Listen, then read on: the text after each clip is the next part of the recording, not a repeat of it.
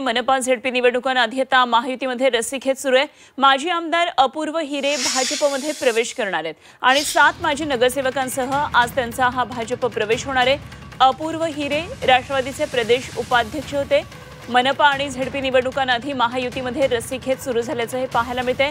माजी आमदार आणि राष्ट्रवादीचे प्रदेश उपाध्यक्ष अपूर्व हिरे आज भाजपमध्ये प्रवेश करणार आहेत। हिरे घराणं हे दादा भुसे यांचे कट्टर विरोधक मानले जातात। आता अपूर्व हिरेंना भाजपत घेऊन भुसेंच्या वर्चस्वाला आव्हान देण्याची तयारी भाजपनं सुरू केल्याची चर्चा रंगली आहे। अपूर्व हिरे थोड्याच वेळात समर्थकांसह घोटीमधून शक्ती प्रदर्शन करत मुंबईकडे रवाना होतील।